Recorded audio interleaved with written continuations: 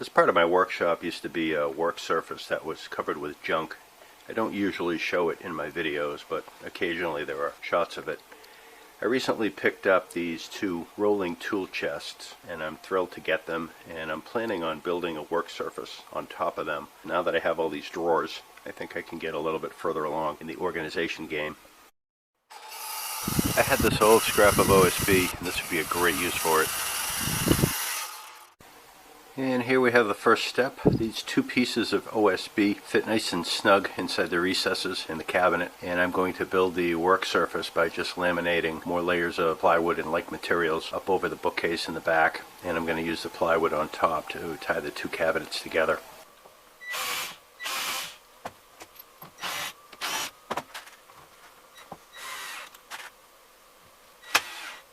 And here's the first layer. This is 1/2-inch plywood.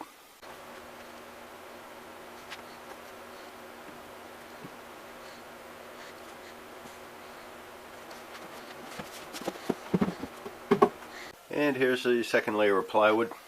This piece I goofed on. I should have cut a notch in it. Instead I just cut it straight across. Oh well. This piece was the bottom of a bay window of a client that I had years ago, and I kept it in my shop, and I'm glad I had a chance to finally use it. And this piece obviously is an old one. I don't know where I picked it up, but it's been kicking around my shop for years. Well, there's the third layer of plywood on top of the two OSB filler pieces. And it's looking pretty good. It's feeling pretty solid. Here's the final top. I cleaned up the edges with a hand plane to help prevent splinters. Well, here it is finished with the final sheet of plywood on the top.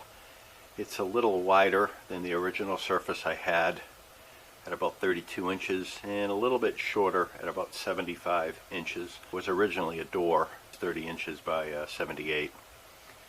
I planned it to be 36 inches tall, and that's right where it ended up. It seems a little tall now that I'm working with it, but I think I'll get used to it, and that's the standard height of a kitchen countertop, so I don't think it's going to be a problem. I had planned on locking the casters, thinking that this thing would be pretty solid when I was done, but the chintzy little wheels on the rolling tool chest don't lock very well at all, so it's not as solid as I had hoped it would be. Under the overhang on this end I have these plastic cabinets that are filled with stuff. And here's a view of the backside with the bookcase. You're probably never going to see this in one of my videos. It's up off the concrete on those little plastic feet. The top is only held in by gravity and the friction of those OSB pieces sitting in the recesses of the cabinets. But it's pretty solid and pretty stable. You can lean on it pretty hard on this end and it does move a little bit, but I don't think that's going to be any issues for my uses. Well, I appreciate you coming by as always. It took me a couple days.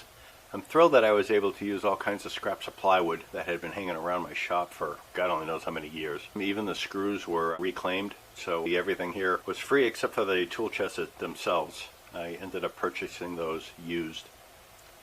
Well, I appreciate you coming by. Please like, subscribe, post a comment, ask a question. I love reading them, and I look forward to seeing you all on the next one.